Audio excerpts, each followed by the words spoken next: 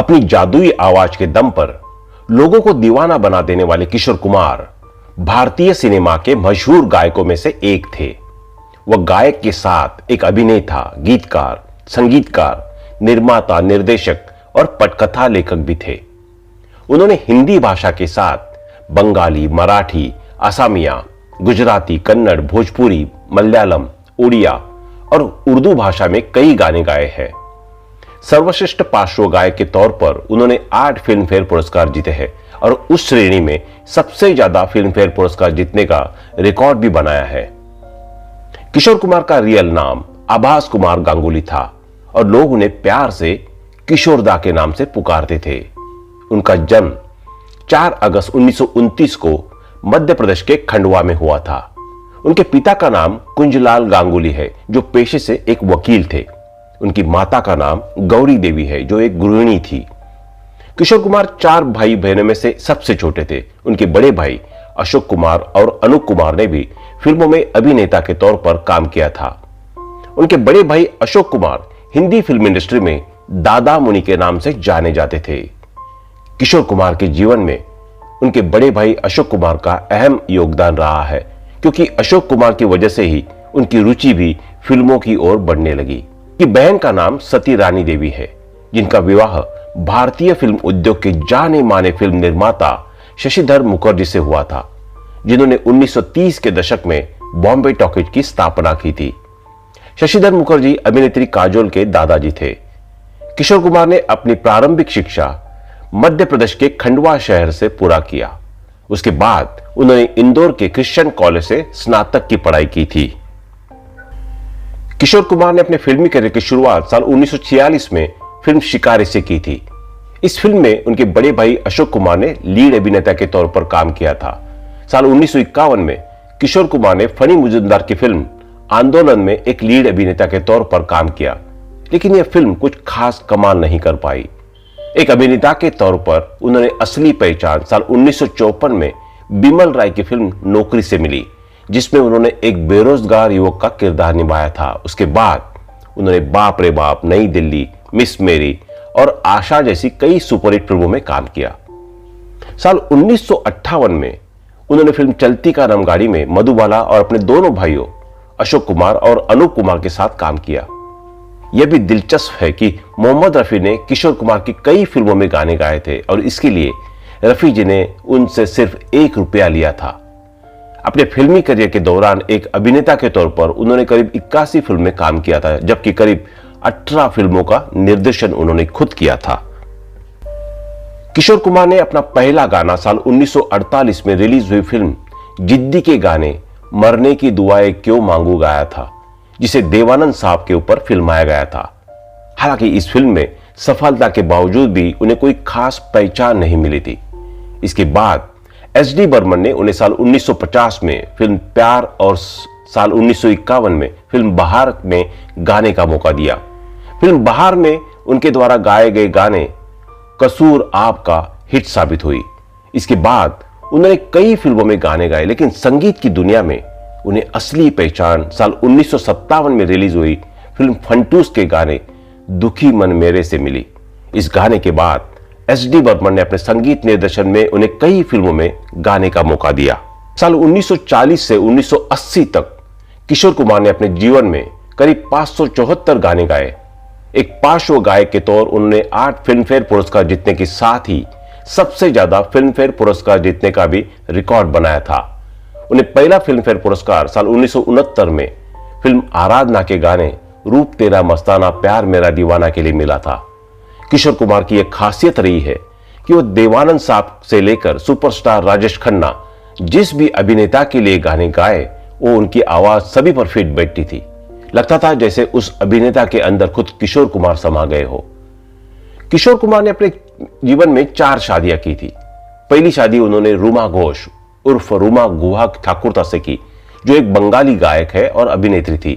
उनकी यह शादी साल 1950 से 1958 तक चली। उनसे उनका एक पुत्र है जिसका नाम अमित कुमार है। दूसरी शादी उन्होंने साल 1960 में भारतीय सिनेमा जगत की जानी मानी अभिनेत्री मधुबाला से की।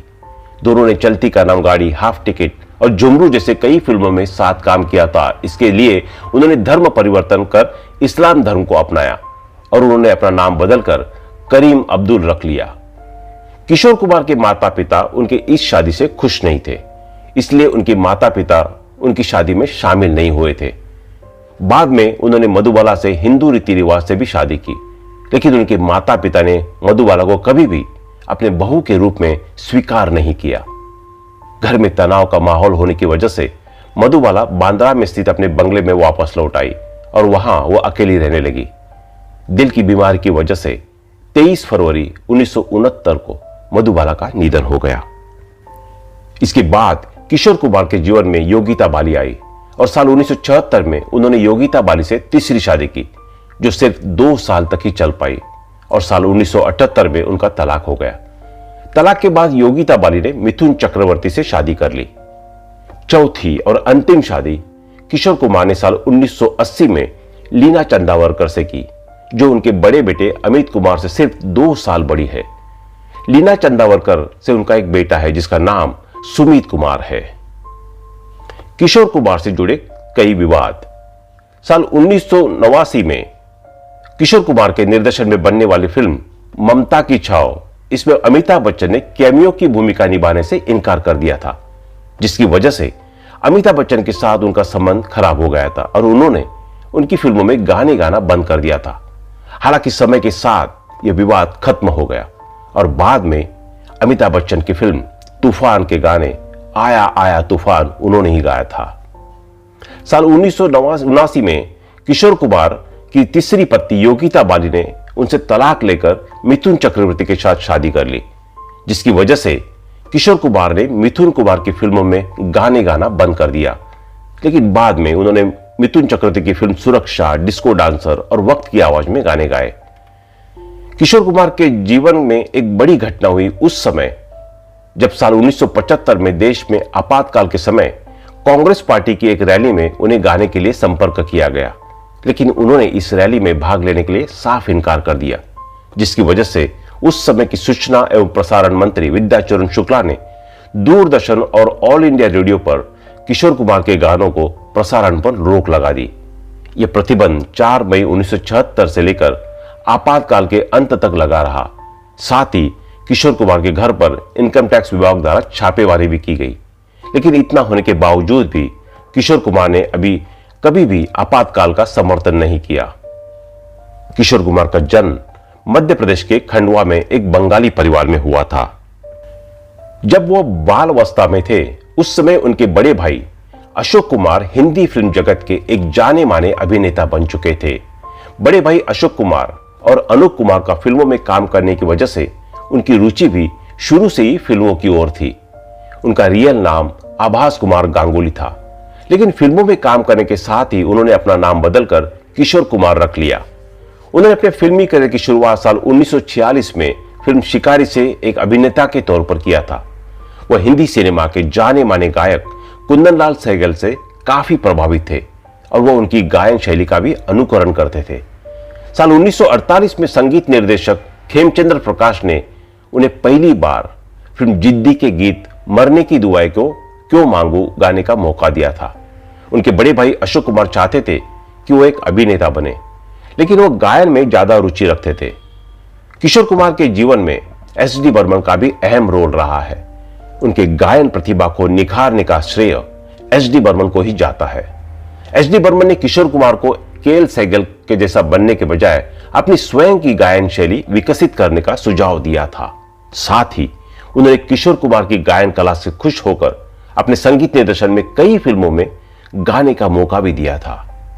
साल 1957 में किशोर कुमार ने हिंदी फिल्म जगत के जाने माने निर्देशक ऋषिकेश मुखर्जी की पहली फिल्म मुसाफिर में भी काम किया था। तो दोस्तों, अभी के लिए बस इतना ही। मिलते हैं अगले वीडियो में। तब तक आप अपना ध्यान रखिए। Bye bye.